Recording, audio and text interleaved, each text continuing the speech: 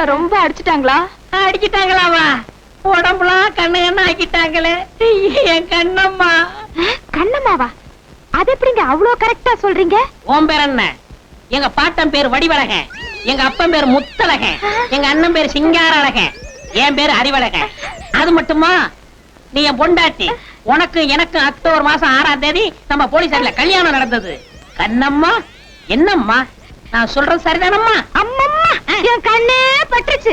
ஏங்க அது எப்படி அவ்வளவு சுத்தமா தெரிஞ்சு போச்சு? கேள்விப்பட்டது இல்லையா? அடி உதவுற மாதிரி அண்ணன் தம்பி உதவ மாட்டாங்கன்னு சொல்றாங்களே, அது இதுதான். சாதாரண அடியா? தொடப்ப கட்ட அடி.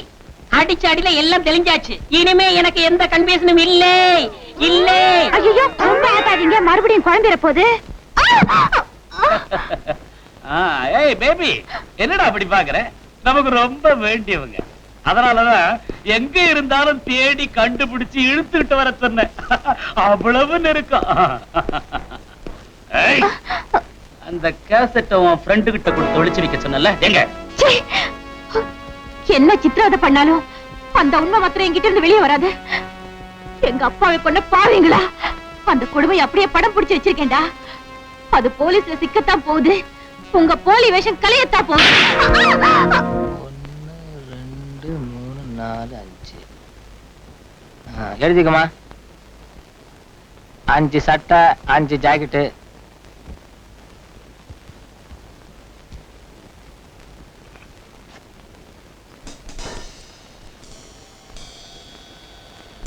அம்மா, இந்த பேண்ட்ல சாவி இருந்துச்சுமா. லாக்கர் கீ எப்படி அவ பாக்கெட்ல வந்தது? அண்ணி, ஜீவிதா என்கிட்ட ஒரு கேசட் கொண்டு வந்து கொடுத்து அண்ணன் கிட்ட கொடுக்க சொன்னா. அப்போ ஒரு மருட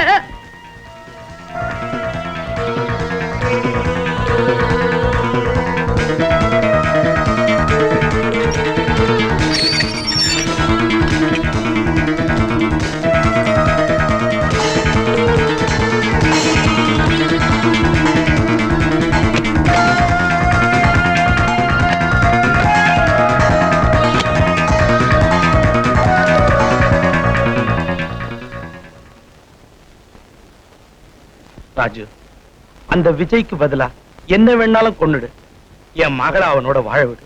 உன் காலை புடிச்சு கெஞ்சி கேட்டுக்கிறேன், அவனை உயிரோட விட்டுரு பிளீஸ். என்னடா பேபி, பார்ட்னர் கேக்குறது உனக்கு பிடிச்சிருக்கா? பிடிக்கல இல்ல? எனக்கும் பிடிக்கல. எவன் ஒருத்தன் எங்களை கூண்டோட அழிக்கணும்னு கங்கணம் கட்டிக்கிட்டு அலையறானோ அந்த போலீஸ்காரனை உனக்கு மருமகனாக்கிக்கிட்டு நீ தப்பிச்சுக்கலாம்னு பாக்குறியா? நோ, இனிமே உன்னை நம்ப போறதில்ல. இன்னும் 1 மணி நேரத்துல அந்த விஜயோட பணத்தை கொண்டு வந்து உன் காலடியில நானே போடுறேன். அந்த பணத்துக்கும் உன் பொண்ணுக்கும் ஜாம் ஜாம்னு கல்யாணம் பண்ணி வச்சு ரசி. பணம் உங்களை இங்க இருந்து வெளியே அனுப்புனா தானே அவனை கொல்ல போறீங்க. ஒரு கொலைய பண்ணிட்டு நான் தினம் தினம் செத்துட்டு இருக்கிறேன். இன்னைக்கு உங்களை கொல்லிட்டு ஒரேடியா ஜெயிலுக்கு போறேன் சார்.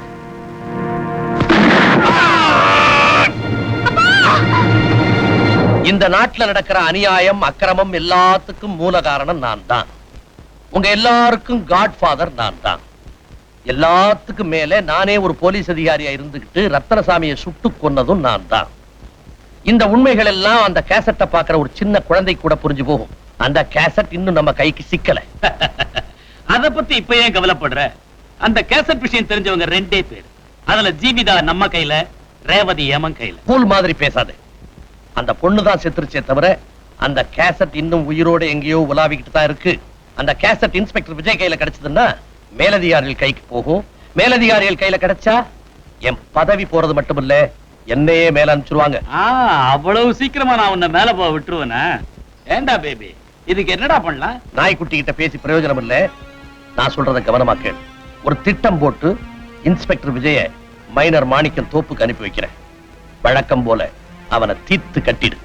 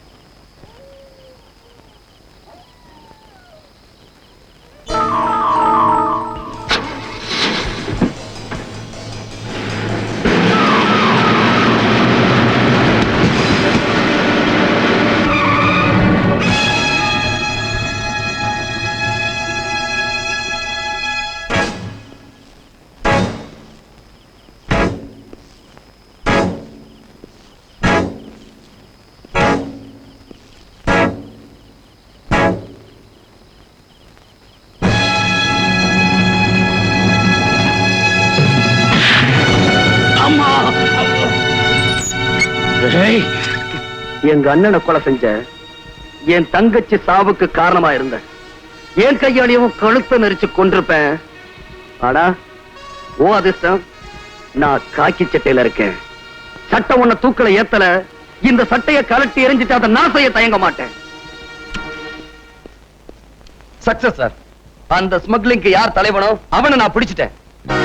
இத்தனை நாளா நடந்துகிட்டு இருந்த அக்கிரமத்துக்கெல்லாம் எவன் காரணமோ அவனை அரெஸ்ட் பண்ணிட்டேன். எங்க அண்ணனை எவன் கொண்டானோ அந்த கொலகாரனை பிடிச்சு லாக்அப்ல தள்ளிட்டேன். யார சொல்றீங்க? The criminal bastard, godfather of rowdies, cancer of the society, சமுதாய விரோதி ராஜ்.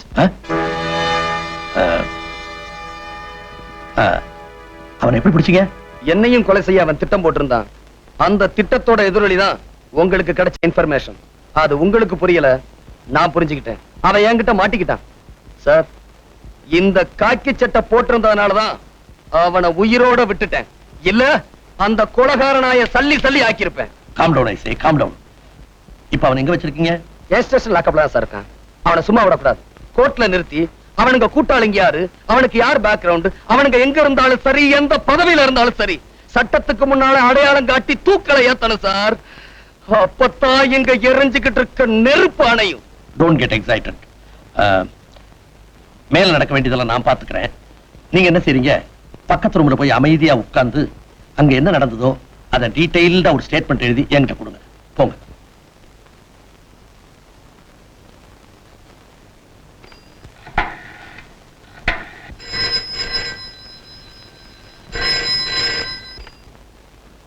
எஸ். ஹலோ, அங்க இன்ஸ்பெக்டர் விஜய் இருக்காருங்களா? பக்கத்து ரூம்ல இருக்காரு, கனெக்ட் பண்றேன். ஹலோ, விஜய் பேசுறேன். விஜய், விஜய் நான் அண்ணி பேசுறேன்ப்பா. என்ன நீ? விஜய் நம்ம மோசம் போயிட்டோம். விஜய் நம்ம மோசம் போயிட்டோம்.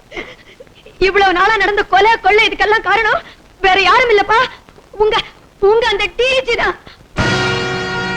அவ படுவாவி நல்லவ மாதிரி நடிச்சு நம்ம குடும்பத்தை நாசம் பண்ணிட்டா விஜய். அது மட்டும் இல்ல விஜய், நம்ம ஜீவிதா இல்ல, அவங்க அப்பாவை சுட்டு கொலை பண்ணது கூட அவன்தான். ஆமா, அது ஒரு வீடியோ கேசட்ல பதிவாயிருக்கு. ஐயோ, அது என் கண்ணால பார்த்தேன் விஜய், என்ன நம்ப விஜய். விஜய், அது மாத்திரம் இல்ல, அந்த கேசட்டுக்காக நம்ம ரேவதிய அந்த பாவிங்க கொன்னுட்டாங்க. ஆமா, அது இங்கதான் இருக்கு, வீட்டுல தான் இருக்கு. ப்ளீஸ் நீ இப்பவே தயவு செஞ்சு வாயே, வந்துறேன் ப்ளீஸ். இதோ வந்துட்டேன்.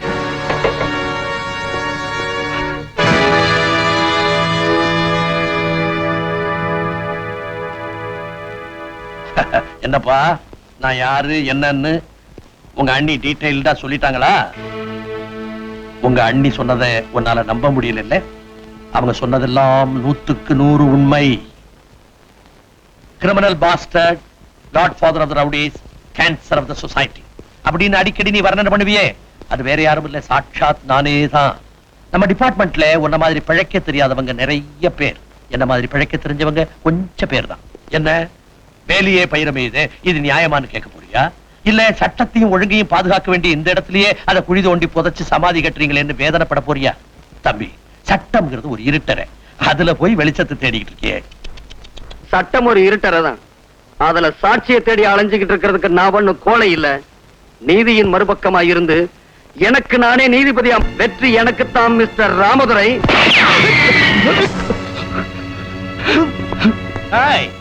சட்டம் பேசுற சின்ன பையன், உன் கொட்டத்தை அடக்கி இந்த நாட்டுல எங்க பட்டத்தை பறக்க விடுறேன் பாடுற. உன் கோர்ட்டும் லாக்கப்பும் என்ன ஒண்ணும் பண்ண முடியாது. ராஜ், அந்த வீடியோ கேசட் இவனுடைய அண்ணி கையில தான் இருக்கு. அதை உடனே நம்ம கைப்பற்றி ஆகணும், இல்லைன்னா நம்ம எல்லாருக்குமே ஆபத்து. உண்மையை தெரிஞ்சுட்டு அந்த பொண்ணு உயிரோட இருக்க கூடாது. அவளை நான் தீர்த்து கட்டிடுறேன், இவனை நீ கவனிச்சுக்க. கவலையே படாது, அவனை நம்ம ஃபேக்டரிக்கு கொண்டு போய் சமாதி வச்சிரு. இவன் அண்ணி டெட் பாடியோட நீ அங்க வந்து சேரு.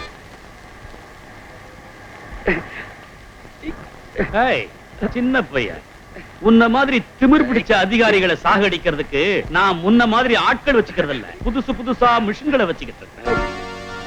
அந்த சுவிட்ச போட்டா அந்த கல்லு அறுபடுற மாதிரி கொஞ்ச நேரத்துல நீ அறுபட போற.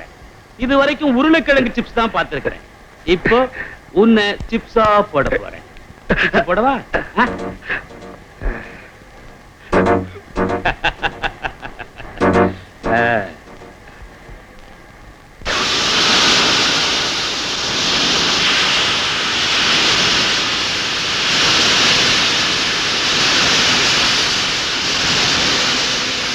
குட் பைடா சின்ன பையா.